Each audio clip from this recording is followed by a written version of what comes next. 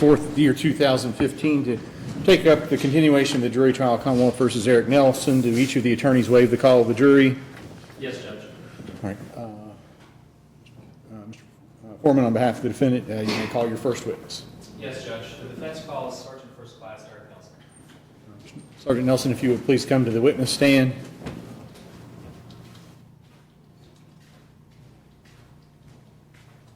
Please raise your right hand. Do you swear or affirm to tell the truth, whole truth, and nothing but the truth? Yes, sir. Please have a seat, answer the questions of Mr. Foreman, and then Mr. Moore.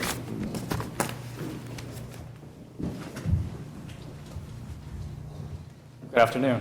Good afternoon, sir. Could you please state your full name and rank and your position in the Army for the record? Eric Allen Nelson. I'm a Sergeant First Class in the United States Army. I'm in charge of the Distribution and Integrations Branch for the 3rd Sustainment Command. How long have you been in the military? 18 years and 1 week. 1 week exactly. 1 week exactly, so yes, sir. Have you, in the course of your military career, have you been overseas? Yes, many times, sir. Can you tell us about those? I've done 7. What's the basis?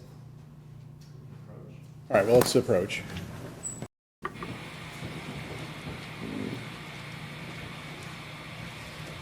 Judge, I think it's reasonable to ask him what he's doing, where he's employed. Mr. Foreman commented earlier through the jury in his opening that they're going to hear the defendant's life story. I just don't think that's appropriate or relevant for a criminal trial. We're talking about a DUI that happened in April. So, he's been deployed, he's in the military. Why do we need to hear his life story? I just don't think it's appropriate. How is that relevant to the driving under the influence charge? Your Honor, I am humanizing what's called humanizing my client. I want the jury to understand what kind of person he is, which has everything to do with That has absolutely nothing to do with a criminal case, so I will sustain the objection. You can discuss if he was hurt or what job he did overseas. You can do all of those things, but humanizing is not, there's no such thing in a criminal case. You have the ability to introduce your client, but he does not. We don't get to hear, who his brothers and sisters were, how many times he's been to Germany, unless they have some relevancy to the case. Okay. And that has, unless they have some relevancy to the charge at hand, then I'll continue to sustain the objection. So at this point, it's sustained unless you can lay a more foundation to show me how it's relevant. Okay, I will. Thank you, Judge. Thank you.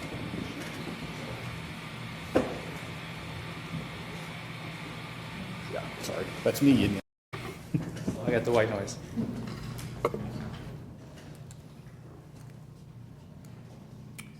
So we're going to strike that previous question. On one of those tours that you had, you were in active combat. Yes, sir. What happened in Iraq? I was a military police squad leader in charge of 3 teams. We did convoy escorts. Anything that had to go from base to base that couldn't be airlifted, we escorted. And I was the first vehicle because I was the squad leader, and we hit an IED.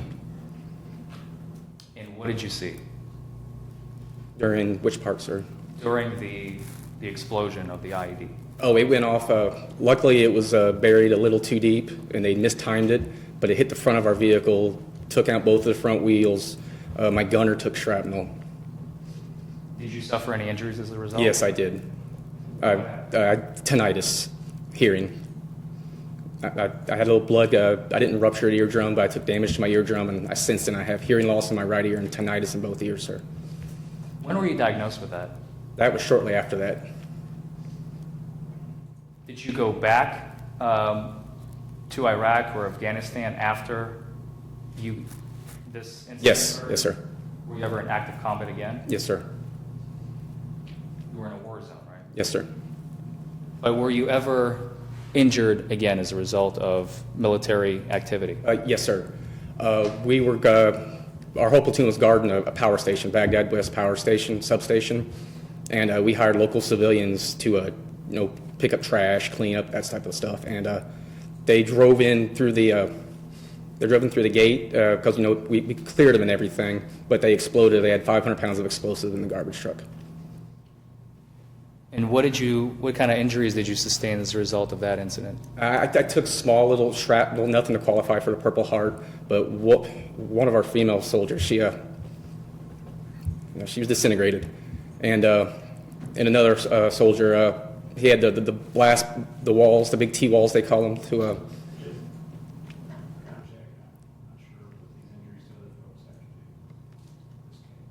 I'm going to overrule and let him answer. we had a specialist too. One of the T-walls, it crushed him. It fell on top of him.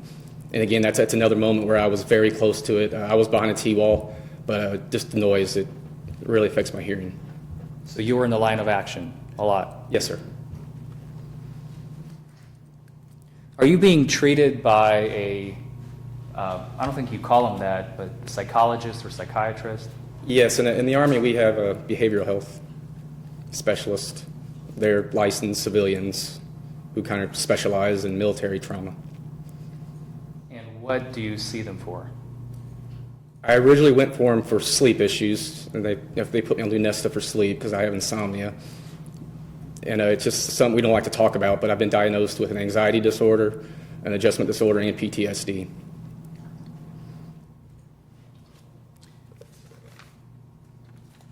During your years of service, initially you began your career as a military policeman, is that Yes, right? sir.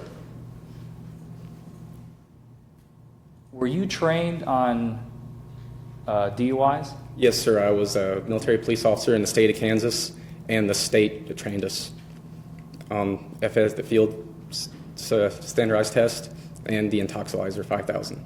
Were you certified at some point? Yes, I was certified by the state of Kansas. Did you ever initiate DUI stops during your career as an MP? Yes, we did. We worked 3 separate shifts, a day shift, a swing shift, and a mid shift. And multiple times on mid shift, my partner and I would conduct stops. And when you were solo, did you make any arrests? I did not, sir. Why not? Because I knew the impact it would have to a soldier, sir.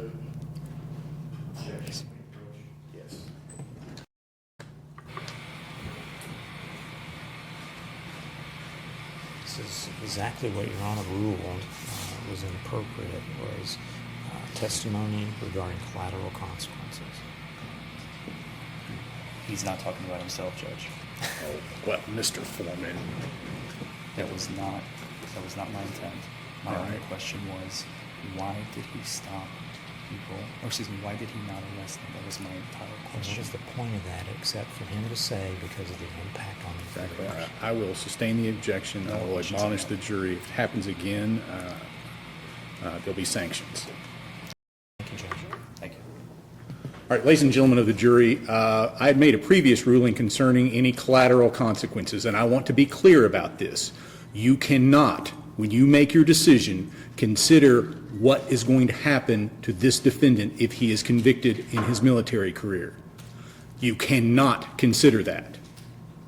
Do each of you understand that when you go back to the jury room, that you cannot consider what, if any, effect this conviction or not a conviction will have on his military career? Do each of you understand that? Mr. Hudson, do you understand that? Ms. Polito, do you understand that?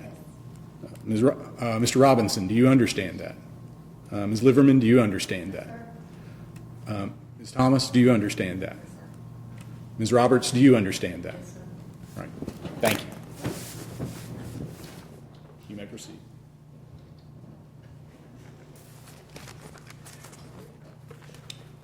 Tell us what happened on the night that you went to pick up your wife from the airport. Yes, sir. My wife was supposed to fly into the Louisville airport about 7:30. I got to the airport. She sent me a text. She missed her connection. Her dad works for Delta, so she flies space available. And she was able to get on, but my daughter wasn't to get on. She obviously wasn't going to leave my daughter. So she stayed. So I told her, okay, well, I'm going to go ahead and proceed downtown because we had a hotel reservation at the Sealbach. And I was going to call her an Uber cab because my daughter has a thing for cabs. So they were going to meet us downtown when their next flight was at 11:30-ish. After that, I proceeded downtown. I parked the car. I went to check into the hotel. It was a little busy, so there was a game. Final Four NCAA tournament was going on, and Kentucky was playing, so there was a bunch of Kentucky fans there. So I didn't check in right away, and I went and proceeded to watch the game there. They blocked 4th Street off, and I watched the game. Did you consume any alcohol? I did. I had 3 beers over the course of about 3 hours to about 11:30. That's when my wife texted me and said she couldn't make the flight. So after that, I stopped. A fellow guy bought me one because we were just kind of shooting the stuff, and he bought me one. So I sipped it in front of him just so that he could see me. I didn't want to be completely rude to him, but I did it. After that, I threw it away, and I left. I went out, grabbed myself a couple of hot dogs, ate those, and I talked to my wife for about 3 hours. We had some stuff to talk about that night, and I was obviously disappointed because my family couldn't make it in. So I did. I went over to the Riverwalk and walked a little bit downtown because that was my first time ever really downtown besides the airport. So I did that, took in some scenery, and I was purposely waiting on no time. You said you had a hotel room for when the wife and Yes, sir. daughter fly in, right? Yes, sir. Did you cancel that hotel? I did not, sir. Why? It was a moot point. They just passed the cutoff period, so they charged me regardless.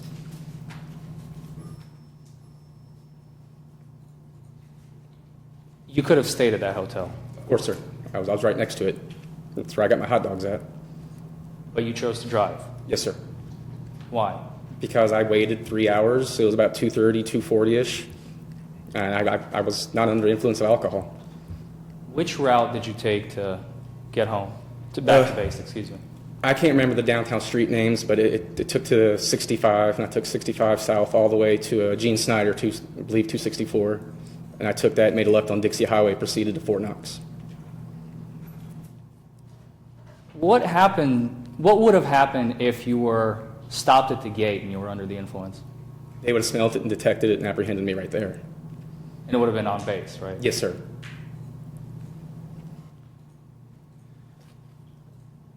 Let's talk about the stop.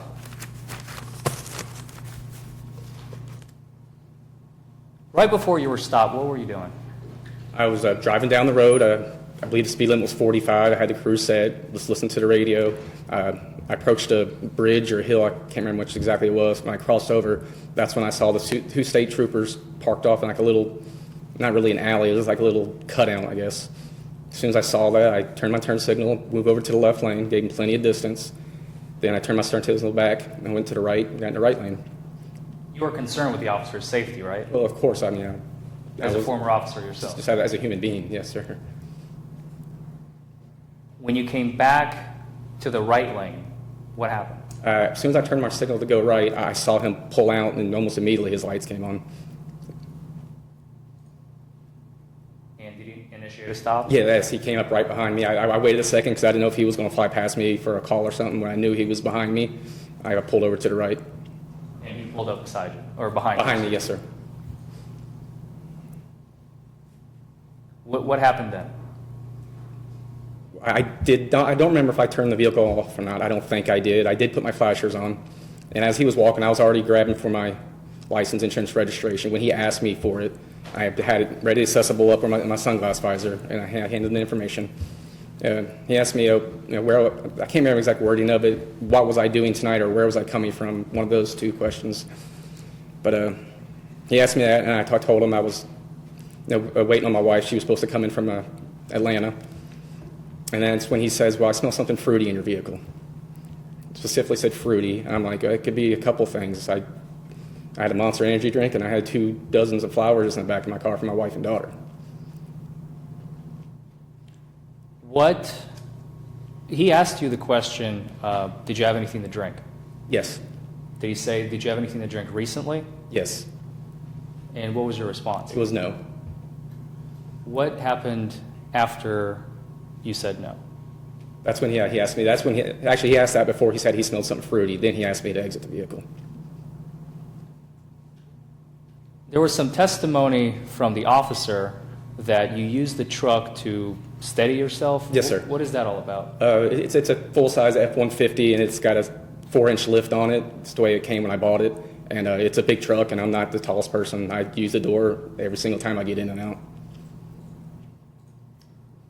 How much of the monster did you consume, by the way? Do you remember? It was almost finished. I think it was a 16-ounce can. I was just about finished with it. And the officer asked you to do field sobriety tests. Yes. What did you tell him? He asked me that he was going to give me a field sobriety test. He started going over the HGN.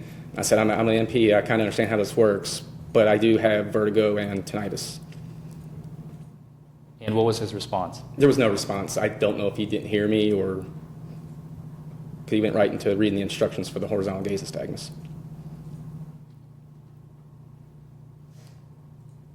After the HGN, what did he do? What did he ask you to do? I believe it was the one-leg stand. And what issues were you having with that test? I have vertigo and tinnitus. I've been diagnosed by Army doctors. It affects not only hearing, but it affects balance. I have a special profile in the Army. I'm limited to doing certain things. I'm not even allowed to run anymore. After the field sobriety tests were concluded, what happened? After he apprehended me, arrested me. And he took you to the Radcliffe Police Department? Yeah, like he said, we waited an hour, maybe even a little longer. I can't really remember for the tow truck come to pick up my truck. At the station, he asked you to blow into the breathalyzer. Yes, sir. And you said that you were at one point certified on it. Yes, sir. So you know how it works. Yes, sir. And in this case, you chose to refuse it. Yes, sir. Why? When I went through the EMP Academy, we would have test subjects. It was soldiers, and they already had a certain amount to drink, and they had blood to back it up of what their true levels were, and the thing's inaccurate at best. It wildly varies in readings. It's an antique machine. It's not up to date.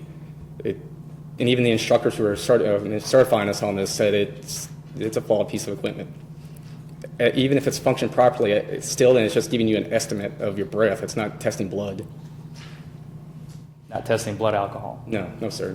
It basically gives an estimate. So you chose to refuse it. Yes, sir. And what happened after that? After that, we proceeded to Hardin County.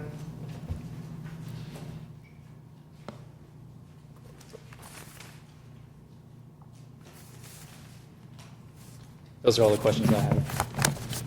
Thank you, Mr. Foreman. Mr. Moore, you may ask.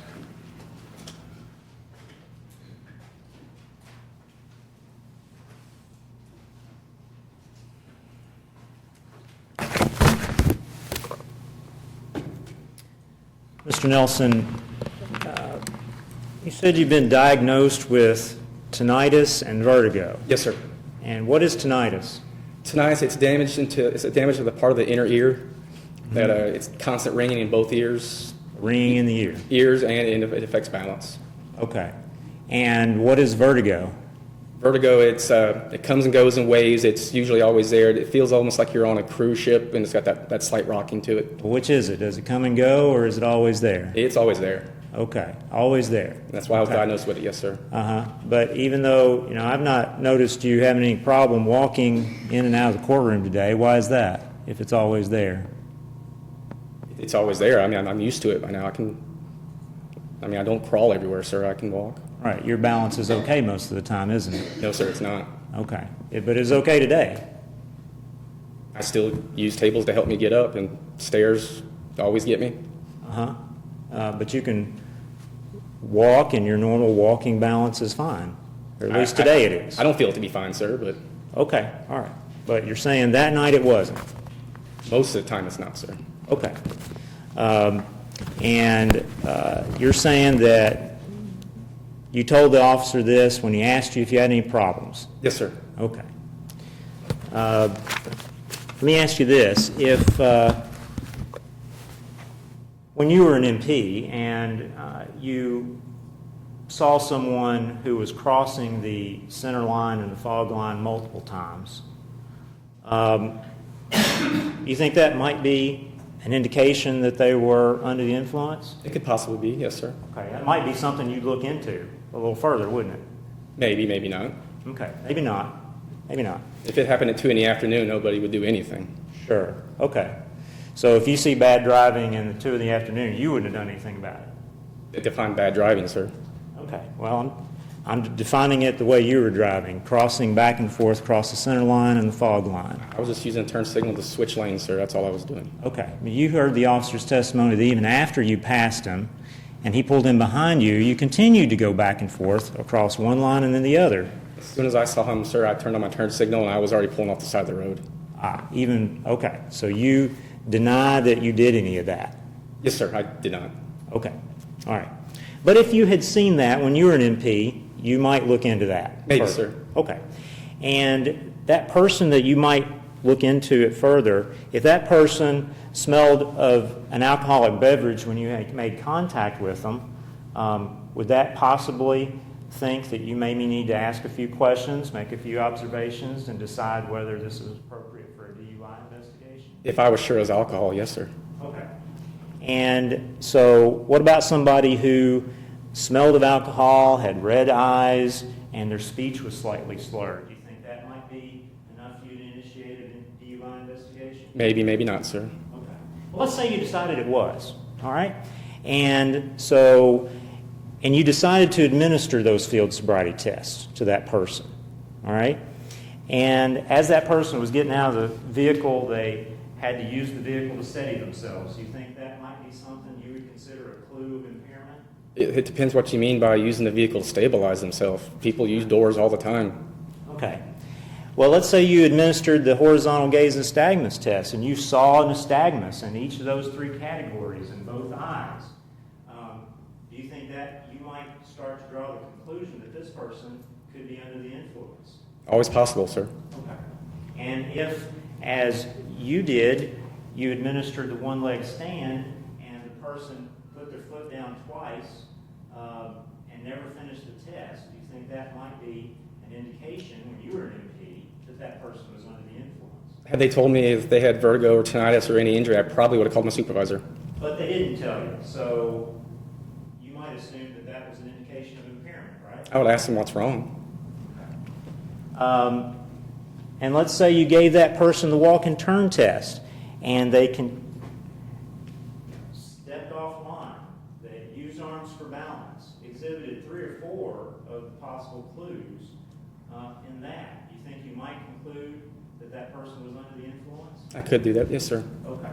And let's say you observed all these things, not just 1 or 2 of them, but all of them, from the get-go, the driving across the line, all the way down to the walk and turn test, which was ultimately stopped by your subject. Would you arrest that person for DUI? I don't know, sir.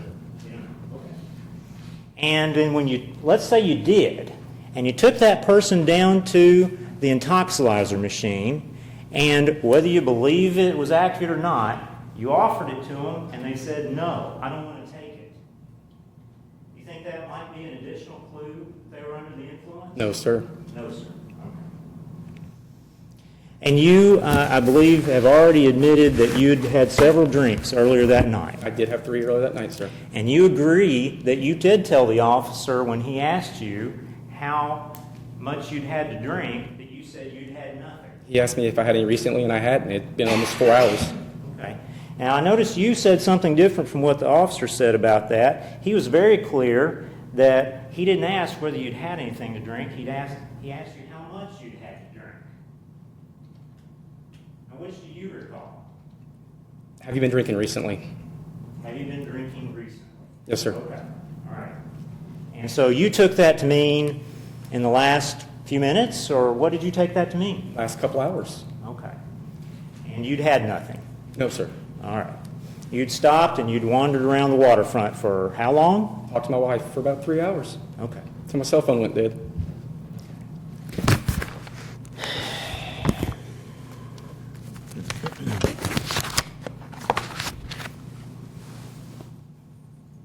How long ago was it you were an MP in Kansas? From 1997 till 2006, Okay, so 2005, or it's been 2006. nine years since you've been in a position to have to decide whether to give somebody field sobriety tests or Yes, sir. an intoxilizer or Yes, sir. It's anything been like that. 6 years, maybe longer. All right.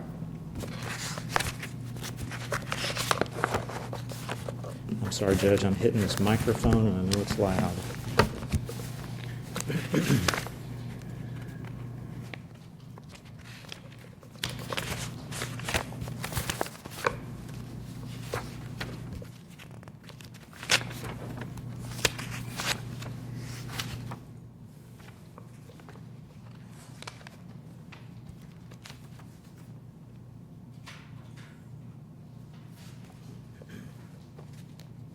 And I'll scratch that.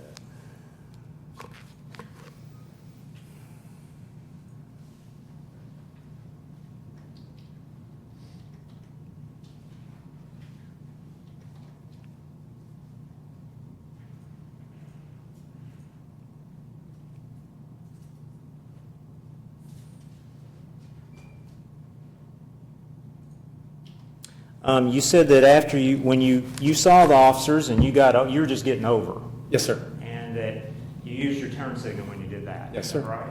Now, which way did you use your turn signal? Left. Left. Okay.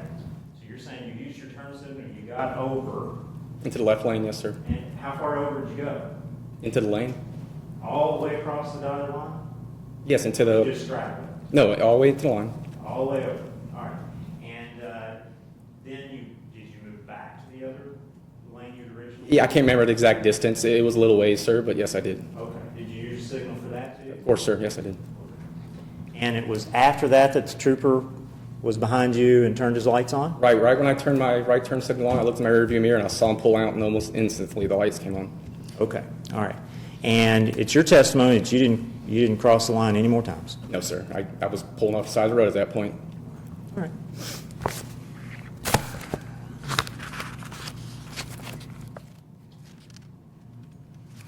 I don't think I have any other questions, Judge. Thank you, Sergeant. You may step down. Next witness for the defense. That concludes the case for the defense, Judge. Any other witnesses you wish to call, Mr. Moore? Just brief rebuttal. With the trooper? All right. Trooper, if you'll come back to the witness stand, I'll remind you that you remain under oath.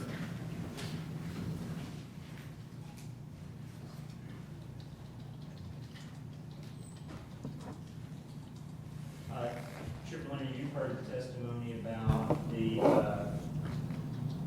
defendant moving over out of the way as he passed you and giving a signal. Can you describe your recollection of that specifically? Yes, sir. After the vehicle went past me, I observed it go over the dotted line. No turn signal was activated. If there had been a lane change without a turn signal, obviously that's improper to or failure to signal, which would have been another charge that would have been included on the citation. However, it was just across the dotted line and then back into the right. When I pulled out, I actually followed the vehicle for quite a ways because I like to show a pattern because anybody can go across the line accidentally. Let me interrupt you just a second. When he crossed into that lane, did he cross completely into that lane? No, sir. Okay. So how far into that lane did he cross? He was halfway into the left lane, halfway into the right. He completely straddled the dotted line and then went back into the right lane. All right. And when you say, and you saw no signal No, sir. at any point, No, sir. and you say you followed him for some distance, are you able to estimate? Maybe It was- not, It was past, if you are familiar with West Point, there's caution lights in West Point. We actually went past that from where the marathon station is, just south of the marathon station, past the caution lights, around the curve, and before you get to the hill. So I would have to approximate that at least half a mile, if not more. and during that time is when you observed the additional events of crossing one line or the other. Yes, sir. Were there ever any signals given during any of those instances? No, sir. And I assume there wasn't any other car crowding him or any other obstacle he would be avoiding? No, sir. And back when you were stopped, was your vehicle protruding or close enough to the roadway that he would need to avoid it? No, sir. Like I stated, there is actually a little concrete kind of barrier. It's pretty low slung, and actually if I were sitting on top of it, my cruiser, which is one of the Chargers, would actually drag. I probably wouldn't even make it off of it. I actually have to go past it and then make a pretty hard abrupt left to get back onto southbound 31W. The defendant said that you asked him about a fruity smell, and I do not remember asking him about a fruity smell. I remember asking him. do you remember a fruity smell? I remember the smell of the alcoholic beverage. I don't remember the distinctive smell. I just know that I smelled it. I don't remember what kind of smell, but I mean, obviously, it's been 5 months. But whatever it was you smelled, your reaction was that was the smell of an alcoholic beverage. Yes, sir. That's No questions, Judge? Thank you, Trooper. You may step down. Yes, sir. Any other rebuttal witnesses? Sir, rebuttal? All right. All right, ladies and gentlemen of the jury, we've come to the end of the evidence in this particular case, and we will need to prepare some jury instructions. I've actually already got them prepared, so I'm going to go over those with the attorneys. We'll put any objections that they might have to my instructions on the record. That'll be outside your hearing, and then we'll go into closing arguments. I'll instruct you into the laws of the case, and then we'll go into closing arguments, and then the case will be submitted to you. We're going to need probably about 10-15 minutes to get all that accomplished, and I'll have to do some of that stuff outside your hearing, so I'm going to have to ask you to step outside. I'll remind you of the previous admonition that I've given you not to discuss the case amongst yourselves, nor with any of the parties nor witnesses. Court will stay on the record, but the jury can go out probably about 15 minutes. All right, you may be seated, and Foreman, you wish to renew your motion for directed verdict? Yes, Your Honor, on the same basis stated previously. Mr. Moore, any response or anything else you want to say? Stand by my previous response. Well, obviously, the standard changes a little bit at this point in that it's not looking at the evidence in the light most favorable to the Commonwealth, but whether or not whether a reasonable juror could make a determination based on the evidence that Mr. Nelson was guilty of the offenses of careless driving and driving under the influence, first offense. And I believe, still based on the information that I've heard here previously, that a reasonable juror could come to that conclusion based on the allegation of the refusal, based on the testimony of the officer. Obviously, there are some disputes between what each of the parties remember about what occurred on that night, but I believe a reasonable jury could make that determination. So I'll continue to overrule the motion for directed verdict. I have copies of some proposed jury instructions. They're relatively simple. I'll go ahead and give those to the attorneys.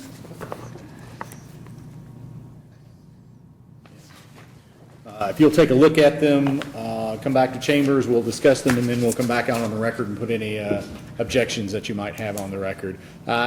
The description on the careless driving, take a little bit of a closer look at that. We just kind of played around with the language in the citation. I think it reflects what has been testified here today, but if you want something more or something less, let me know.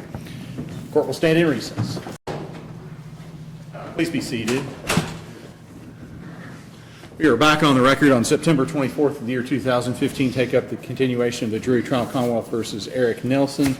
Attorneys have had a chance to review with the court in chambers the jury instructions. Mr. Foreman, do you have any objection to those instructions? No, Your Honor. Mr. Moore, any objection to those instructions? No, Your Honor. All right. If you will bring the jurors in and you can put those with them.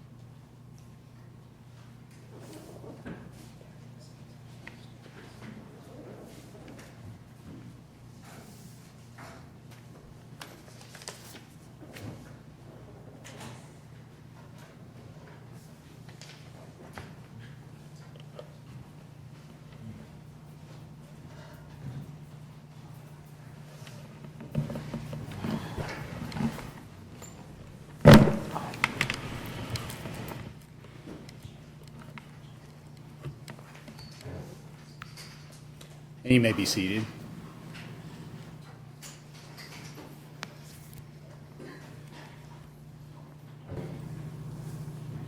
Ladies and gentlemen of the jury, we've come to the portion of the trial where I instruct you as to the law of the case. These will be your jury instructions. You will pick up the instructions in front of you and read along with me. Instruction number 1, operating motor vehicle under the influence of alcohol. You will find the defendant, Eric Nelson, guilty under this instruction if, and only if, you believe from the evidence beyond a reasonable doubt that in Hardin County on or about the 5th day of April 2015, and within 12 months of his arrest, he was operating or in physical control of a motor vehicle, and that while doing so, he was under the influence of alcohol. Instruction number 2, careless driving. Under the evidence presented to you in this case, you may find the defendant not guilty or guilty of the offense of careless driving under KRS 189.290. You will find the defendant, Eric Nelson, guilty under this instruction if and only if you believe from the evidence beyond a reasonable doubt that in Hardin County on or about the 5th day of April 2015, and within 12 months of his arrest or citation, he operated a vehicle in a careless manner without regard for the safety and convenience of pedestrians and other vehicles upon the highway, to wit, the defendant crossed the center dotted line and fog line multiple times. Instruction number 3, presumption of innocence and reasonable doubt. The law presumes a defendant to be innocent of a crime and that the warrant or citation shall not be considered as evidence or having any weight against him. You shall find the defendant not guilty unless you are satisfied from the evidence alone and beyond a reasonable doubt that he is guilty. If upon the whole case you have a reasonable doubt that the defendant is guilty, you shall find him not guilty. Instruction number 4, unanimous verdict. The verdict of the jury must be in writing, must be unanimous, and must be signed by one of you as foreperson. You should use the forms provided at the end of these instructions for your verdict.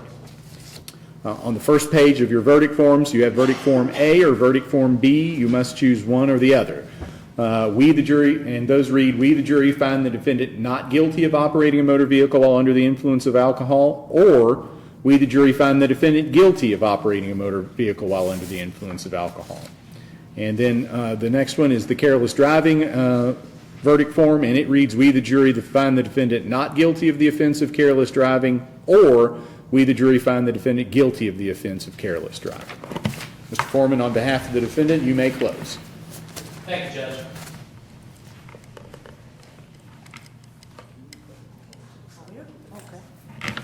And should we plug in so I don't step over the cord? Is that good or too far back? Just a little bit further down. I'll get it. That's perfect. The mic can pick it up from here.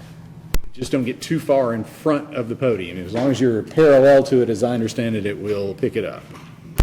All right.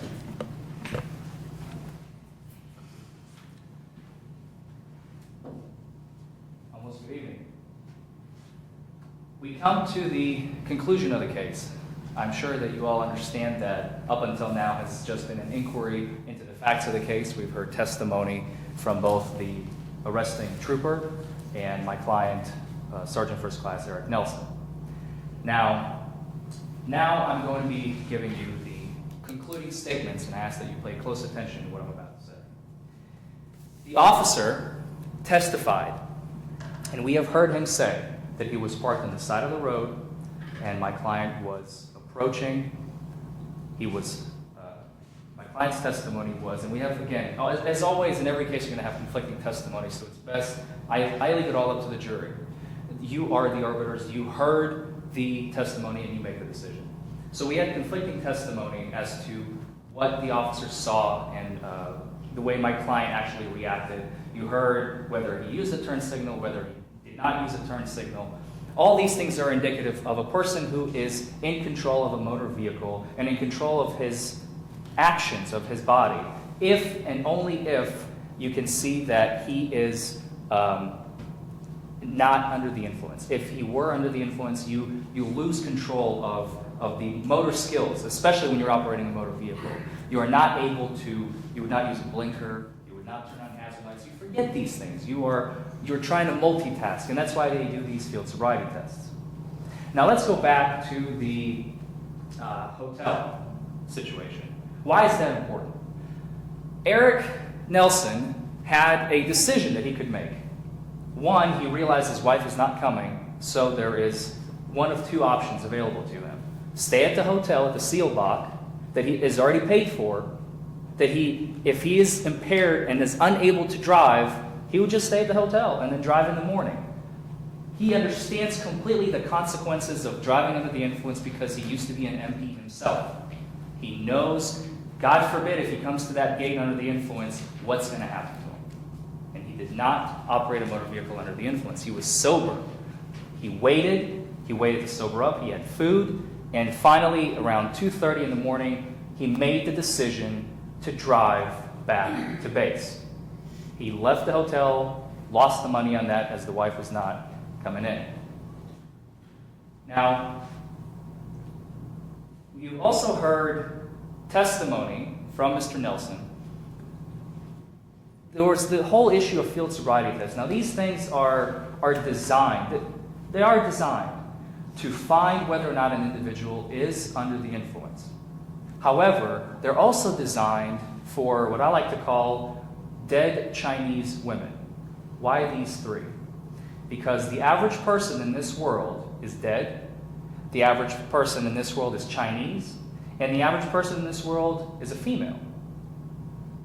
The field sobriety tests assume you are an average person with average capabilities, and your body operates in a way that an average person, when these things were tested back in the 70s in California, New Jersey, and some other tests that they've made. Just, can we approach?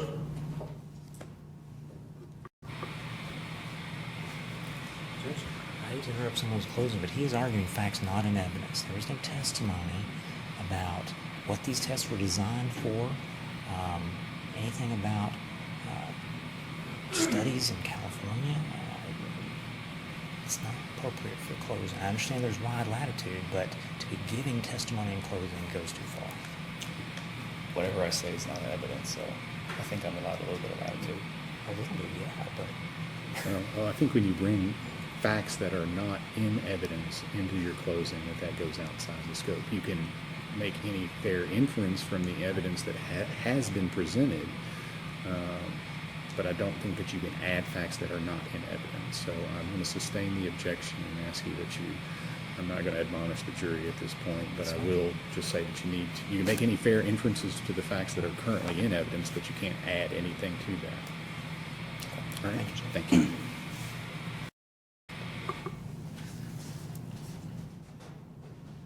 As long as humanity existed, people have fought for fairness, especially when it came to judicial matters.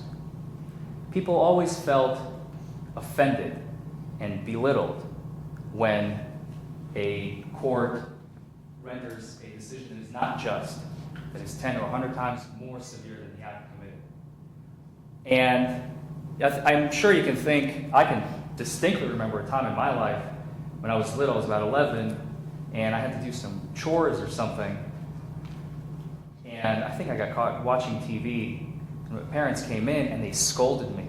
And they scolded me so severely, I don't think I ever missed doing chores after that. But I remember how belittled and scolded I felt, how hurt I was. And I'm sure each of you can remember something of a similar nature in your lifetime. In this case, Mr. Nelson is being charged with the offense of driving under the influence, a severe offense.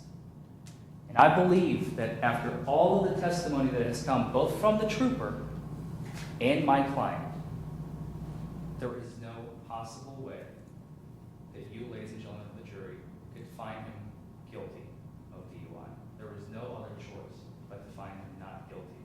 And I believe it was Gustave Le Bon, a French philosopher back from the early 20th century. He said, but for criminal juries, accused persons would have no chance of being found innocent at trial. Thank you. Thank you, Mr. Foreman. Mr. Moore, on behalf of the Commonwealth, you may close.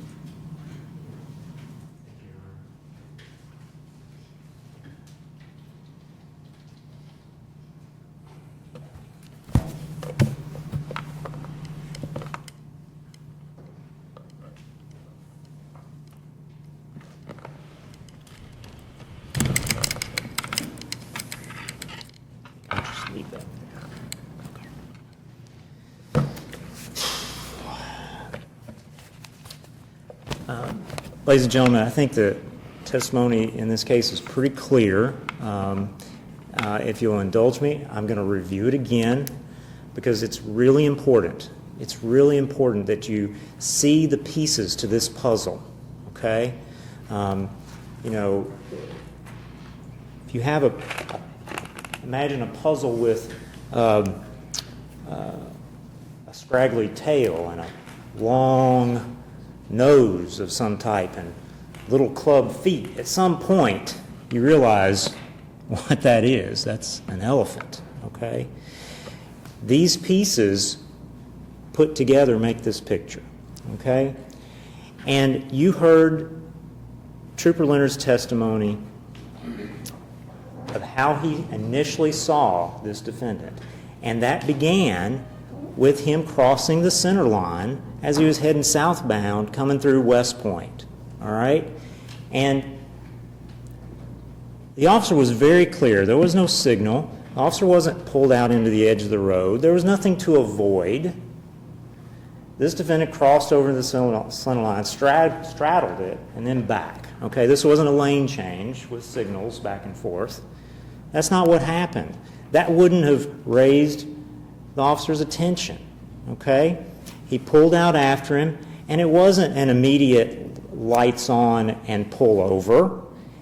It was following him for half a mile, watching him to continue to go across the left lane, cross the fog line, all right? Several times. He pulled him over.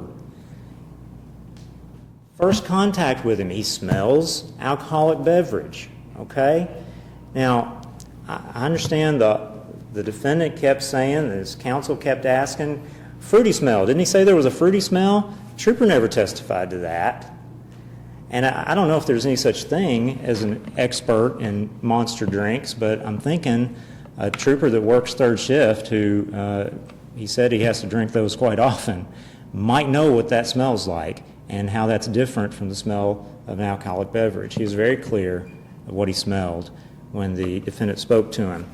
He observed the eyes. He observed the speech. These are things that you all, as lay people in jury selection, had mentioned as things you've observed as characteristics of someone under the influence. He asked him to step out of the truck. He said, he had to steady himself at some point there. And the defendant says, well, I just always grab the door handle. Okay, well, maybe. But that's a piece of this puzzle. That's something you got to consider. The field sobriety tests that were administered, this HGN thing, this involuntary twitching of the eyes that's administered by this officer. He saw all three clues in each eye making 6, okay? This defendant had this nystagmus going on. The balance test with the one-leg stand, the walk and turn. He didn't finish either one of them. He exhibited several of the clues using his arms, stepping off line on the walk and turn, and he attributes it all to a medical condition that the trooper was very clear. He asked him about medical conditions, and there wasn't anything said about that. It's also interesting, I think, you all have to judge credibility. I think Mr. Forman mentioned that to you in jury selection. That's important. And these are the kinds of things you got to note when you're judging the credibility of the witnesses. Okay? He didn't appear to have any balance problems today coming in and out of this courtroom. He said he had a profile that the Army had said, yeah, you got this problem, and this affects my balance. How hard would it have been to bring some medical documentation that says not only that he has ringing in his ear and that he has obviously intermittent vertigo, because he didn't appear to have it today, but that this affects his ability to do whatever? You didn't see any of that. I think that goes to the credibility, whether, if he has these issues, whether they're severe enough to have affected field sobriety tests. All right?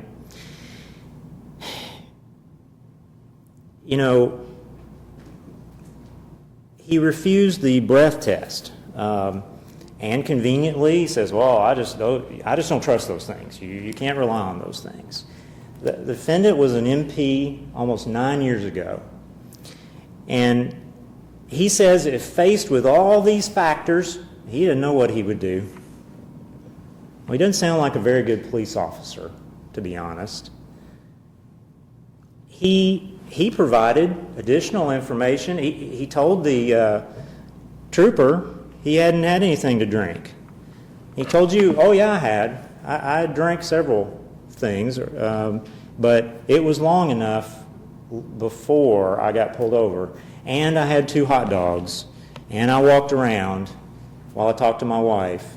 And so I wasn't under the influence when I drove back home.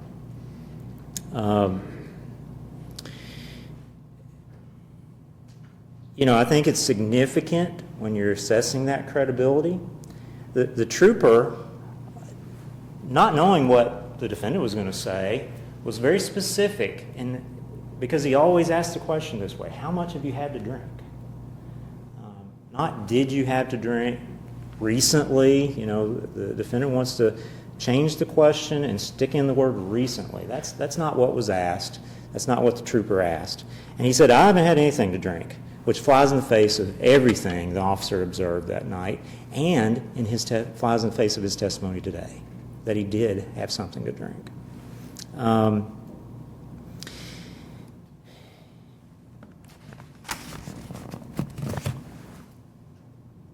I think it's important when you're assessing credibility to remember that you heard 2 witnesses today. Only one of them had not been drinking that night. Okay?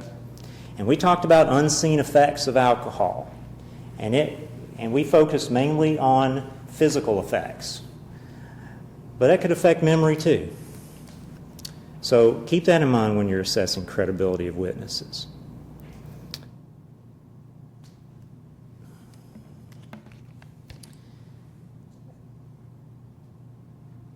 It is really important to remember what we talked about in jury selection about, and you all agreed, that if we prove the case that he was under the influence, you could find him guilty without regard to whether he's a soldier or not. Okay? Now, I'm the first one to say, we should honor his service. But that does not mean that he should not be held accountable for breaking the same rules everybody else has to follow, for putting people in danger, every person that shared the road with him that night. This is a place to have accountability and to let him know he cannot do that. And even no matter how much we appreciate his service, you can't do that because it puts lives at risk. Okay? So, Mr. Forman was very, it was interesting, he was talking about this distinction that he says there is between finding someone, someone being innocent until proven guilty versus innocent unless proven guilty. Well, folks, I don't think that's wrong at all. And I think the time is now. And so I'm asking you to find the defendant guilty of driving under the influence, alcohol, and careless driving. Thank you. Thank you, Mr. Moore. If the bailiff will come forward and marshal the instructions and be sworn. Please raise your right hand. Do you swear or affirm that as a bailiff in charge of a jury of the Hardin District Court, you shall not allow any communications to be made to a jury under your charge, nor make any yourself, except as if they've agreed upon their verdict, unless by order of the court? And do you further swear or affirm that you will not, before their verdict is rendered, communicate to any person the state of their deliberations or the verdict agreed upon? I do, Judge. All right, ladies and gentlemen of the jury, if you will follow the bailiff, you can retire to the jury room to begin your deliberations. If you have a cell phone, the jury does, or the bailiff does need your cell phone while you deliberate. And the court will stand in recess while the jury deliberates. Seated. We are back on the record on September 24th of the year 2015. Take up the continuation of jury trial Commonwealth versus Eric Nelson. It's my understanding from the bailiff that the jury has reached a verdict. Is that correct? Yes. If you'll hand that verdict to the bailiff, please.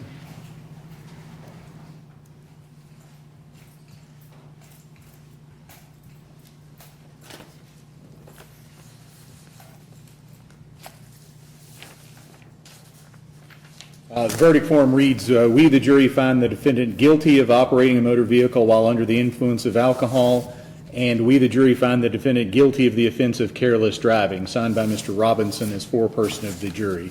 Is that the verdict of the entire jury? Yes. Do either of the attorneys desire a polling of the jury? Ladies and gentlemen, we've now come to the portion of the trial which is called the penalty phase. I'm going to need for you to go back into the jury room for just a little bit. I'm going to talk with the attorneys, and then we'll go right into the penalty phase of the trial.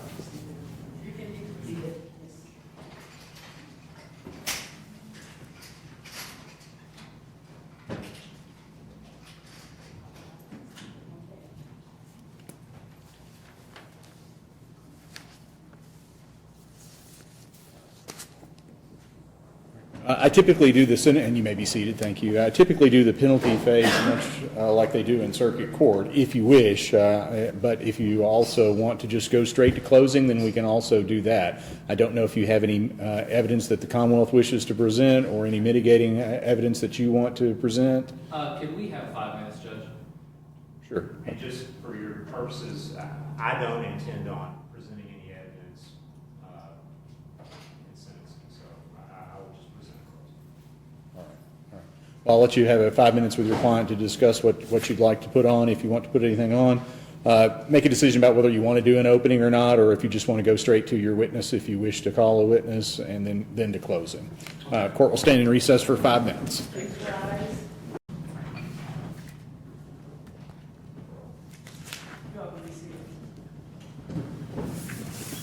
All right, we are back on the record on September 25th of the year 2015 in the continuation of jury trial Commonwealth versus Eric Nelson. And Mr. Forman, did you desire to do an opening statement, or do you wish to call any witnesses? I will not be calling witnesses. I'd just like to make a closing, Judge. All right, well then we'll go right to closing if you'll bring the jurors in.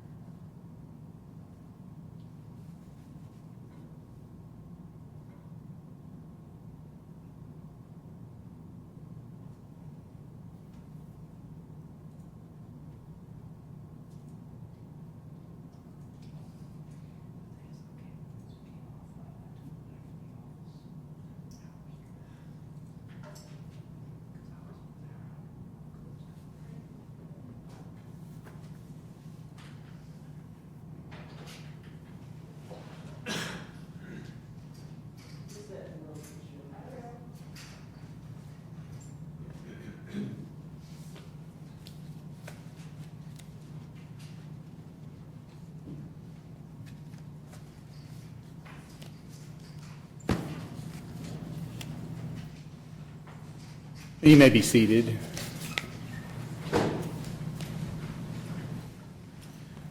Each of the attorneys have had a chance to review the penalty phase instructions, and you do not have any objections, Mr. Foreman?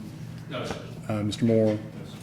All right. Each of the attorneys have agreed to waive any opening statements in sentencing, and neither of the Commonwealth or the defendant has desires to call any witnesses. Is that correct? That's correct. That is correct. All right, ladies and gentlemen, we're going to go right to the jury instructions concerning your penalty phase. If you'll pick those up and read along with me, these are your penalty phase instructions. Instruction number 1, operating a motor vehicle under the influence of alcohol. Having found the defendant guilty of operating a motor vehicle under the influence of alcohol, you shall fix his punishment as follows. A fine of not less than $200 nor more than $500, or confinement in the county jail for a period of not less than 48 hours nor more than 30 days, or at both a fine and confinement in your discretion. Instruction number 2, careless driving. Having found the defendant guilty of careless driving, you shall fix his punishment as follows: a fine of not less than $20 nor more than $100. Instruction number 3, unanimous verdict. The verdict of the jury must be unanimous and be signed by one of you as forepersons. You should use the form provided at the end of these instructions for your verdict. Verdict form A reads as to operating a motor vehicle while under the influence of alcohol. Having found the defendant guilty of operating a motor vehicle while under the influence of alcohol, we, the jury, fix the defendant's punishment as follows. And you'll need to choose either 1, 2, or 3. 1 is a fine in the sum of blank, not less than $200, nor more than $500, or confinement in the county jail for a period of blank hours or days, and it can be not less than 48 hours, nor more than 30 days, or a fine in the sum of blank, which is not less than $200 nor more than $500, and confinement in the county jail for a period of hours or days, and that can be not less than 48 hours nor more than 30 days. Verdict form B is the careless driving. Having found the defendant guilty of careless driving, we, the jury, fix the defendant's punishment at a fine in the amount of, again, there's a blank for you, and it can be not less than $20 nor more than $100. Mr. Foreman, on behalf of the defendant, you may close. Thank you, Judge.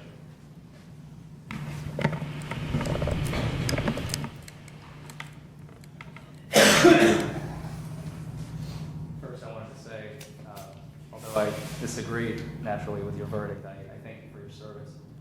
I understand that you took in all the evidence and made a determination that you felt was right in this case, so I respect that. Some things that we were not discussing during trial that are going to come out right now is Mr. Nelson's service to this country. He has spent, I believe I already mentioned in opening, he has been with the military for 18 years. He has a wife and a daughter of 5 years. He has countless medals. I did feel the need to highlight every single one of them. He does have, when I asked him what is a Bronze Star, he has 3 of those. It takes a 1-star general to agree to even get one, what that's worth. I mean, he's just dedicated so much time in the service of our country, and I was doing my best to represent and defend him today, although albeit unsuccessfully. He, as of right now, he's looking at losing a lot as a result of this conviction. His entire military career may be at stake. In 2 years, he's due for retirement. He's going to retire at 40 years of age. I mean, this is a man who would not have been to it. I did not want to highlight it too much while he was on the stand, because I understand as a male myself how embarrassing it is when you start prying into an individual's incapacity or inability to be a normal functional human being. I was trying to avoid that as much as possible, trying to highlight it as much as I could. I would ask, based on his history, his life, I mean, him being found guilty of DUI, he's already standing to lose everything. His future, his career, his retirement. Like I said, 2 years would have been over, but now it's all in the balance of the scales. Of course, I would ask for you to give him the minimums, although you did find him guilty. And once again, I respect your decision. I think you made the right decision based on everything that you've heard. You are the best arbiters of the case. At the end of the day, I understand I do have a little bias towards my client, as I'm sure the officer has bias towards the Commonwealth. But I would ask that you issue him a fine if you feel that's what he deserves, and I would ask no jail time. I do not believe that the facts of this case merit a single day in jail. Thank you. Thank you, Mr. Foreman. Mr. Moore, on behalf of the Commonwealth, you may close. Your Honor.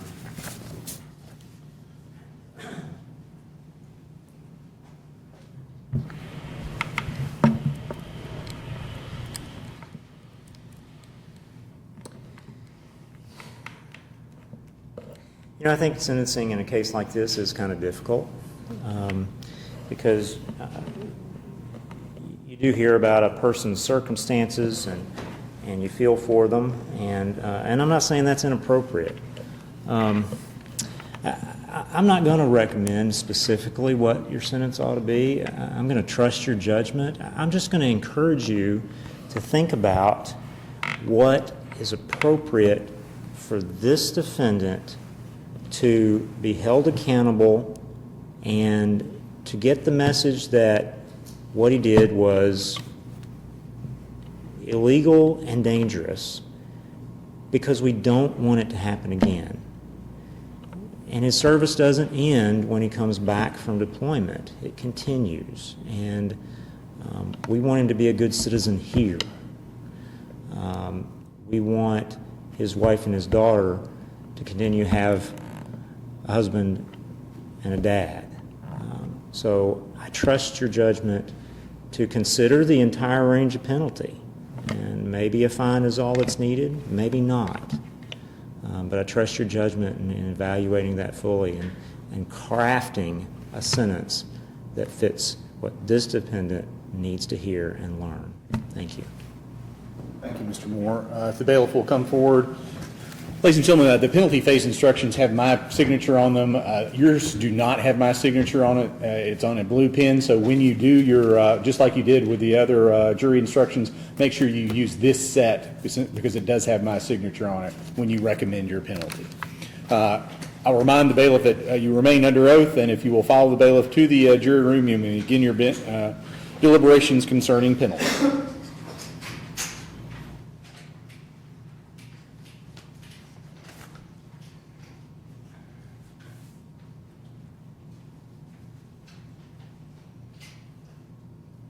Stay on for the record for just a second, and you may be seated.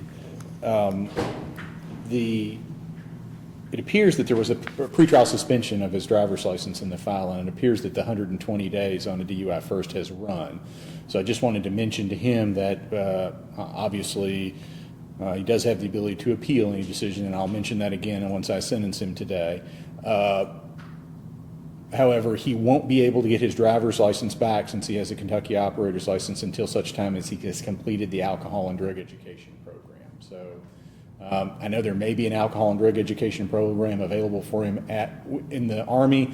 Unfortunately, those are typically not state certified by Kentucky, so you will probably have to find something that is state certified. If you have already gone through something in the military and they gave you a certificate, I would take that certificate to a certified alcohol and drug education provider, and they may give you credit for that. So that may be helpful in him getting his license back quicker, because while the license suspension time is run, the statute does not allow him to get his license back until such time as he has completed the alcohol and drug education program. And because the license time is run, he won't be eligible for a hardship license.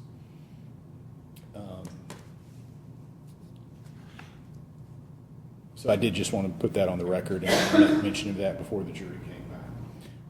But we'll wait the jury, and we'll go off the record pending the jury's decision. Sure. One more thing. Can Trooper Leonard be excused? Yes, child care issues too shortly. Certainly, that's fine. Thank you. All right. Court will. Well, not quite yet. There we are. We're back on the record on September 25th, year 2015, to take up the continuation of jury trial Commonwealth versus Eric Nelson. It's my understanding from the bailiff that the jury has reached a recommendation concerning penalty. Is that correct? Yes. All right. If you'll hand that verdict to the bailiff.